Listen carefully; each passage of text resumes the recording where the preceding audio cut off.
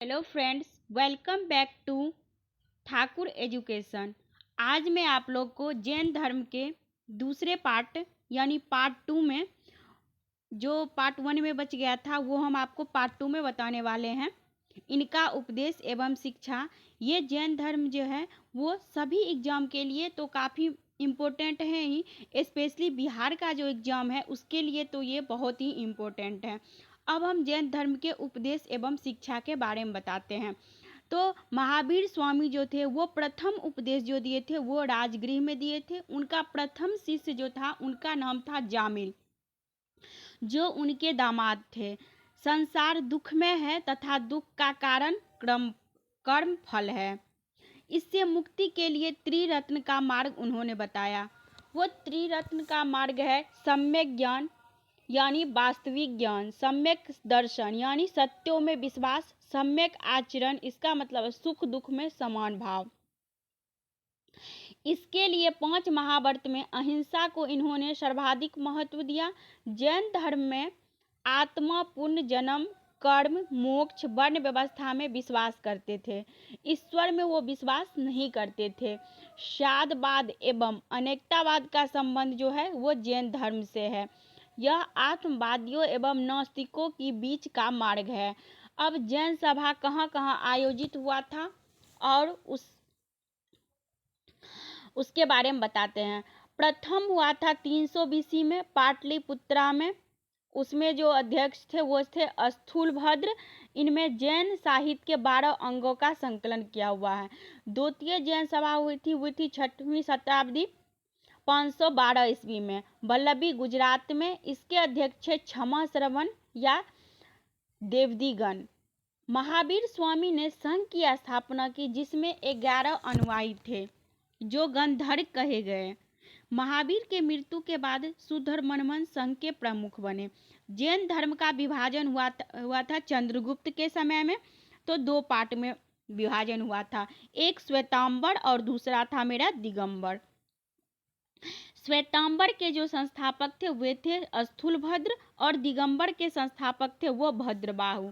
श्वेतांबर में श्वेत वस्त्र पहनते थे जबकि दिगंबर में वो पूर्णतः नगण्य रहते थे, मतलब नगण्य अवस्था में रहते थे वो। श्वेतांबर में स्त्री के लिए भी मोक्ष है जबकि दिगंबर में स्त्री के लिए मोक्ष संभव नहीं है। श्वेतांबर में मूर्ति पूजा यानी भगवान महावीर स्वामी की मूर्ति पूजा होती थी, जबकि दिगंबर के अनुसार ये पुरुष थे, भगवान नहीं। जैन तीर्थंकर के प्रतीक चिन्ह के बारे में हम समझ लेते हैं। तो प्रथम तीर्थंकर जो थे ऋषभ देव, इनका प्रतीक चिन्ह था सांड या बैल। द्वितीय जो थे अजितनाथ, उनका प्रतीक हाथी। तृतीय संभवनाथ, इनका प्रतीक चिन्ह घोड़ा। 7 में सनप्रासव, इनका प्रतीक चिन्ह स्वास्थ्विक। 16 में शांति थे, इनका प्रतीक चिन्ह हिरण। 21 में नेमिनाथ, इनका प्रतीक चिन्ह नीलकमल। 22 में अरिष्ठिनेमि, इनका प्रतीक चिन्ह संघ। 23 में पार्श्वनाथ, इनका प्रतीक चिन्ह सर्प। 24 में महावीर, इनका प्रतीक चिन्ह सिंह। जैन साहित्य की रचना अर्धमगधी भाषा में है।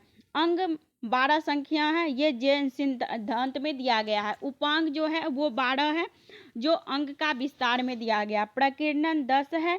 छेद सूत्र 6 है जो भिक्षुक का नियम में बताया गया है। मूल सूत्र मेरा 4 है। जैन साहित्यों को आगम कहा जाता है। भगवती सूत्र महावीर एवं जैन मुनियों के जीवन चरित्र बताता है। कल्प सूत्र में जैन धर्म के प्रारंभिक इतिहास भद्रबाहु द्वारा वो बताता है। जैन धर्म का वास्तविक संस्थापक महावीर स्वामी को मानते हैं। अदर फैक्ट है कला परंपरा के बारे में। तो कला निर्माण के दौरान भारत में प्राचीन काल में 2 प्रकार के मूर्ति कला का विकास हुआ, एक गंधार कला और दूसरा मथुरा कला। मथुरा के क्षेत्र में विकसित हुआ जिसमें पूर्ण रूप से जैन धर्म की मूर्तियों का विकास हुआ। मथुरा शैली में जैन धर्म का विकास मूर्ति कला के लिए था। खजुराहो मंदिर जो MP में है, जैन प्लस हिंदू 2 धर्म से है। इसके निर्माता खजुराहो शासक चंदेल ने किए थे। माउंट आबू पर्वत राजस्थान में है। दिलवारा जैन मंदिर यहीं पे स्थित है जो बीमल शाह द्वारा बनवाया गया था। श्रवण बेलगोला। यहाँ पे बाहुबली मूर्ति कर्नाटक में है। चामुंड राय द्वारा गंग बनवाया गया था, जो गंग वंश के थे। इस धर्म में प्राण त्यागने की विधि को संलेखन विधि कहते हैं, जिसमें भूख रख करके प्राण त्यागना होता है। चंद्रगुप्त मौर्य संलेखन विधि से ही अपने प्राण त्याग किए थे। Thank you.